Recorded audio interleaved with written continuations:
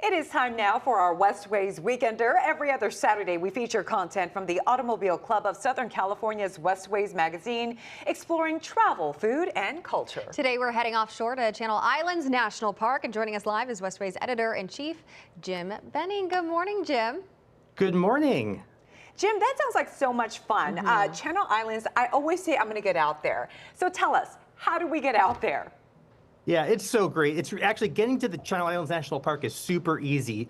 Island Packers has boats that leave Ventura Harbor in the morning and they return late in the afternoon. Each way takes about an hour to an hour and a half.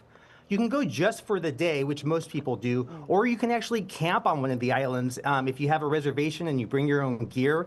The trip out there is super fun. On my trip, we saw hundreds of leaping dolphins. They were following the boat at times. We actually saw a humpback whale, too, that breached. And the moment that whale leaped out of the water, everyone on the boat cheered. I managed to get a little video of it right there. It was super exciting.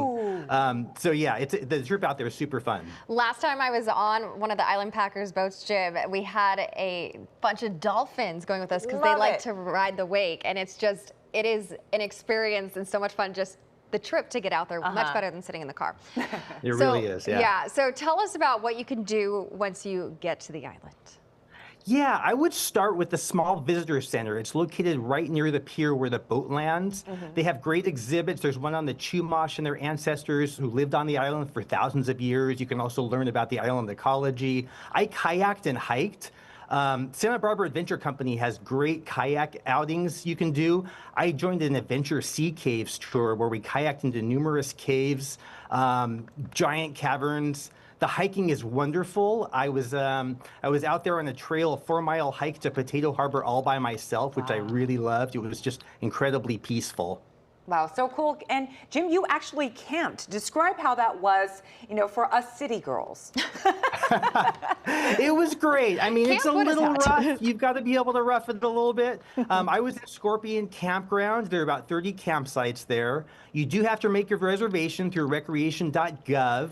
And you also want to bring your own food and your own camping equipment. There is running water, potable water there, so that's good. There is no cell reception or Wi-Fi, so I was really able to unplug. I watched island foxes that are native to that island run past my campsite, which was super fun. They're really cute. I read. It was so dark at night, I was able to look up and see the Milky Way. So that was just really magical. But, even if you guys don't like to camp, you can still just go out for the day and have a great time. And all of this sounds just so beautiful. Any last things we should know about making the trip out there?